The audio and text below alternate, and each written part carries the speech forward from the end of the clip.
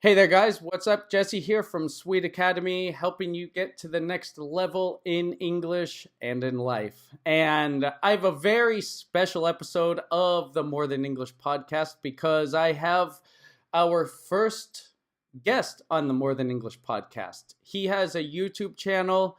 If you are Korean, then it's a must see is his YouTube channel. And we'll get into that. It's called Luke Look English. We will get into that. But this is Luke from Luke Look English. Luke, how's it going? I'm doing great. Thank you for inviting me. I'm super excited to, drop a knowledge bomb to your viewers. Yeah, so thank you for your very kind introduction of me. Thank Very you. nice. I'm looking forward to it too. I always enjoy talking with you when we talk offline too. Same here. Um, Same. Very nice. So this is we've talked before and about the podcast. In this podcast, it's more of like a philosophy of how to learn a language or how to learn anything. Sounds great. So you obviously you're fluent in English, and so I just I mean, want I can I oh, can make money out of this, so I gotta be okay. exactly. So I kind of want to talk about the process of how Yeah. you became here, how you got here to this point. Yeah, it's a long story. So it's really hard for me to explain everything from A to Z. But let me just break it down. How I got into English in the first place, right? So if you don't mind, then let me take you guys back to the first part of my life when I first was introduced to English language, right? It was back in the day. I was like long years back when I was 13, right? Back in the day, nowadays, Korean people and Korean young kids, they are exposed to English language when they're very young, right? Maybe 3 or even 2, or at least, maybe at the latest, maybe 7 or 8 or 9, and that's when they start learning language, right? But in my case, because I am sort of old, not that old, but I'm a little bit old. So back in the day, the English curriculum was introduced to students at the age of 13. So when I first stepped into 13. middle school, that's when, yeah, 13 years old, when I first entered middle school, that's when I was seeing English letters, Can, alphabet, what we call alphabet. So I just repeat after teachers, A, B, C, D, E, F, G, those kind of stuff, listen and right? repeat. But the thing is, I didn't go to Hagwon. I didn't go to academy before I entered middle school. So the rest of the students, right, the rest of my classmates, they already knew how to pronounce A, B, C, D. Not to mention that they know I am a boy, I am a girl, those kind of stuff, right? I didn't know those things. They have So that the base teacher was, knowledge, yeah, right? the English teacher who was running this English class, and she assumed that all the students they knew alphabet plus I am a boy, I am a girl, those kind of stuff, like basic stuff, but which I didn't know, right? I didn't know about those. So when I got pointed out by English teacher, and she was saying, "Hey, you gotta read. Why don't you go and read this sentence?" The sentence was, "I am a Jake." Let's say, "I am a Jake." I don't remember exactly the name of that thing, but let's say, for the sake of simplicity, and let's say Jake, right? So I read this sentence. I am a Jake. I'm a Jake, like this. I um um AMJAKE. And wow, the rest of classmates, they're making fun of me. They're like laughing, they're making fun of me, and they're like, "You're dumbass, you're dumb, you don't know those kind of like stuff. Oh my goodness." That's when I was really embarrassed, right? That had to be very So I, discouraging. yeah, so I gotta make a decision whether I'm gonna hate this subject, English, right? Or I gotta work harder than the rest of them, then I'm gonna beat them over. I'm gonna beat you guys. I'm gonna be better than you guys, right? I'm That's gonna what I'm win over talking you about. guys. So I was working extra hard to beat those guys who were making fun of me, right? So I was working harder. And then I think, there was a one motivation factor, that was triggering moment that is like pushing me harder than the rest of them to speak better, to listen better, to write better, to read better. Makes sense, right? That's awesome. So, uh, yeah, around 15 years old, right? I think fast forward 2 years later, uh, back in the day, there was a TV channel. There were not so many TV channels, only like three or four TV channels, right? I happened to watch this very amazing, like really fascinating American drama by the name of Beverly's 90210. That was a sensational drama, 1990s, right? I remember I that. think yeah, you know what I'm talking about, That's in right? my You're time around the too. same age range. Yeah. Exactly, man. Yeah, so I mean, yeah, it was like an accident. I didn't mean to watch that American drama, but I happened to watch that American drama. I didn't know anything talking about, to be honest with you. They speak so fast, right? It's not like, I was listening to my English teacher, she was speaking so slowly, and then she rarely spoke English. She spoke Korean all the time. She just, Oh. hey, la, la, Korean, la, la, la. She speak Korean, and, like sometimes she read in English. Some So I was English. like really shocked by the way those characters speak. It's really fast. Like they were having a lot of fun. It was really great. Just by Short taking a look at the picture. conversations, back and forth. It's very different, right? Listening to real Yeah, conversation it was. and classroom Oh, conversation. exactly, exactly. That's what I'm talking about. That's why I became a huge advocate of real life English. Real authentic English. Yeah, As I you do mean with your that's what I'm channel now. teaching. That's what I'm teaching right now. Yeah. Yeah, exactly. But anyway, so like let's get back to the story where I was really shocked by the speed of those characters. But one thing that was one thing that I really, really wanted to conquer was that at least, I want to find out, I want to like know what they're talking about, right? So I listen, right? Even though I don't understand what they're talking about, right? Very nice. Slowly and gradually, I sort of got the picture of what they're talking about, even though I didn't know what they're saying, but like there's a picture, there's a flow, sometimes, you can get what they're talking about, what they're saying, right? Based on their body language, based on the tone of their voice, Sure. right? Based on the teach intonation, and also that background, right? So one thing led to another. But after that, sort of like my high school years came over, right? High school days came to my life, which was chaos. As you know, right? Korean high school students, they gotta be really Just working really hard study, to get study, into, study, top study. university. They're like really competitive. Study over study, man, all the time. I was a sort of a really nice guy. Like a nice guy in a way that, in the sense that I'm listening to my parents so well. So when my parents were asking me, "Hey, you got to study," that I just say, "Yes, daddy. Yes, mommy. I'm gonna go ahead and go study the books." Right? That's exactly how I did back in high school. So in high school, I sort of like lost the importance of a real life English because I was so focused on getting a good score, right? Mathematics, English and science, those kind of stuff. Yeah. But as it turned out, this is a something that is sort of personal, but I was pretty good student, top of the class, Nice. uh, in high school. So my parents were really proud of me. But as it turned out, when I entered university, I took a test, like SAT test, right? Korean SAT test that The most Korean Sunun. students they have to take in order to get into university. Exactly, Sunung test. But turned out that I didn't get the score that I wanted because of I was really nervous about it. So I tried quite a few times actually, like I tried 3 or 4 times after that, but I couldn't make it because I really wanted to get into medical school. That's what my parents wanted. And also it's not that I wanted, but I didn't know what to do.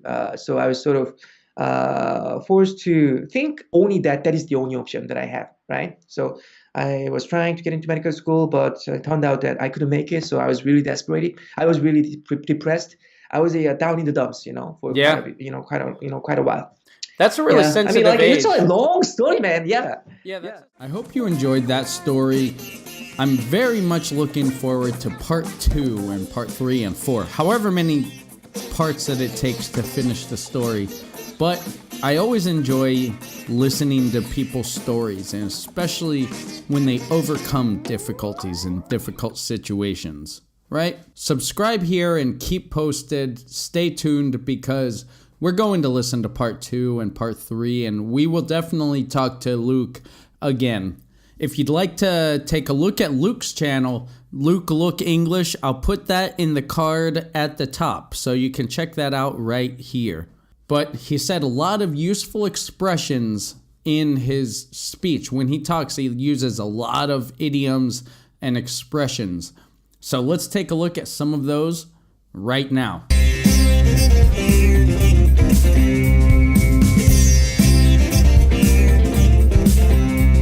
So let's take a look at some of the expressions that we used in this conversation. First, in the beginning, I said, we'll get into that.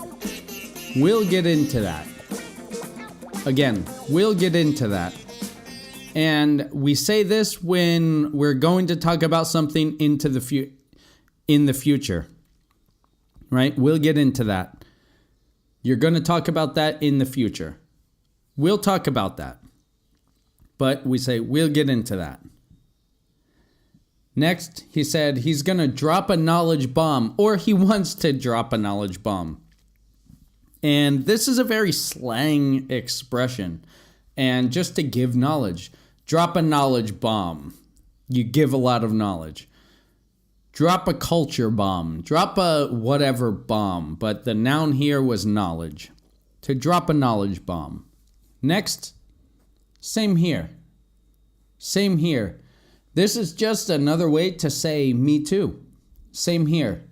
I like that movie a lot. Yeah, same here. Me too. Next, I said a philosophy of how to learn a language, right? Or how to learn. That's what I want to do on my channel. That's what I want to do with this podcast. Show a philosophy of how to do something.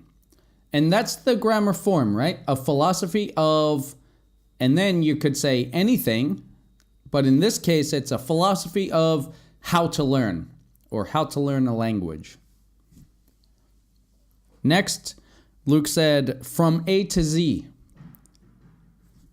From A to Z. This is an expression to mean everything from beginning to end, right? From A to Z. And he said, it's hard to explain everything from A to Z, right? From beginning to end. From A to Z. Next, he says, let me take you back. Let me take you back. This is a very useful storytelling expression. If you're telling stories, this is a very good way to tell a story. If you'll remember in last week's episode, I talked about job interviews and I told a story of mine. And I said, let me go back to before. This is the same kind of meaning. This is saying the same thing, but this, let me go back or let me take you back. And you're either going back yourself, or in this way, you're taking the student back. You're taking, the listener back. Let me go back. Let me take you back. And he said, let me take you guys back to the first part of my life. So instead of going back in your memory, you're taking your listeners back. It's an artistic way to be more engaging in your storytelling. Let me take you back to. And then back in the day. Back in the day. Back in the day just means a long time ago, right? Back in the day, Koreans started learning English at 13 years old. Back in the day, we didn't have fancy video games. Back in the day, kids used to go outside and play. Right? Back in the day. And the rest of something, the rest of the students, the rest of the candy, the rest of the food, put the rest of the food back in the refrigerator. The rest of, the remaining of something. He said, The rest of the students, the other students, went to academy. The rest of the students, the rest of the food, the rest of the words, the rest of the noun. Not to mention, this is the next one, not to mention, this is a very fluent expression. If you want to increase your fluency, use expressions like this. Not to mention, it's kind of another way to say and also, right? When you want to say additional information. Not to mention, they could say, I am a boy, I am a girl. You know, that's even bigger information. He was talking about they knew how to say A, B, C, D. Not to mention, they could say, I am a boy or I am a girl. Not to mention, very good expression. Next, a dumbass. And this is an insult, so don't really say it to other people, really, unless you want to hurt their feelings, which that's not nice. But he was referring to himself, right? So the other kids were looking at him and saying, making fun of him and saying, you're a dumbass, right? And I laughed because it's kind of an insult, but if you're saying it about yourself and it was unexpected, so it was funny. A dumbass. If you know that 70s show, the father, Red Foreman, he says this a lot. If you ever watch that 70s show in English, he says it a lot. That's his tagline, we call it.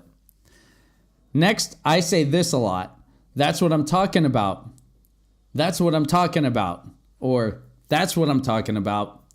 I say this when I'm excited about something or when I wholly agree about something. I agree with you. That's what I'm talking about. Yes, that's what I'm talking about. You'll notice me say this a lot. Next, another great storytelling expression. Fast forward, and this is when you want to go in the future of your story. Fast forward 2 years later, right? You're talking about something, you want to go into the future, talk about something in the future or the result. Fast forward 2 years later, fast forward 10 minutes later, and blah, blah, blah, right? Finish your story. It's kind of the opposite of let me go back or let me take you back, right? It's the opposite. You're going back and forth in time. Next, a summary about something. As it turned out, the summary, to sum up, as it turned out, the result was, right, as it turned out. And down in the dumps. When you're down in the dumps, it means you're very sad about something. You're down, right? You're just in a down place in your life. It's not just being temporarily sad, normally, right? You're down in the dumps. It's over time about something in your life. I was down in the dumps, he said. So, and we're going to have to find out in a future episode the conclusion of that, how he got out of the dumps, right? So we also said a lot of other expressions. If you want to, write those down here or on Facebook, either to me or to Luke, and either ask us or tell us which expressions you liked. Again, if you like this episode, make mention of it, give it a thumbs up and a like, and subscribe so you can hear other episodes in the future. Visit sweedacademy.com for other resources, tools, video lessons, exercises, or one-on-one classes. I look forward to hearing from all of you. Remember, sharing is caring. Hit the subscribe button and the bell so you'll be notified next time we do a video. I drop the podcast every Thursday. Every Friday there's a live lesson, and usually on Wednesdays too. So stay tuned for that. Let me know what you want to learn. Remember, do something nice for somebody today before they can do it for you. Pay it forward. Be good or be good at it. Thanks for watching. Thanks for listening. I'll see you next time.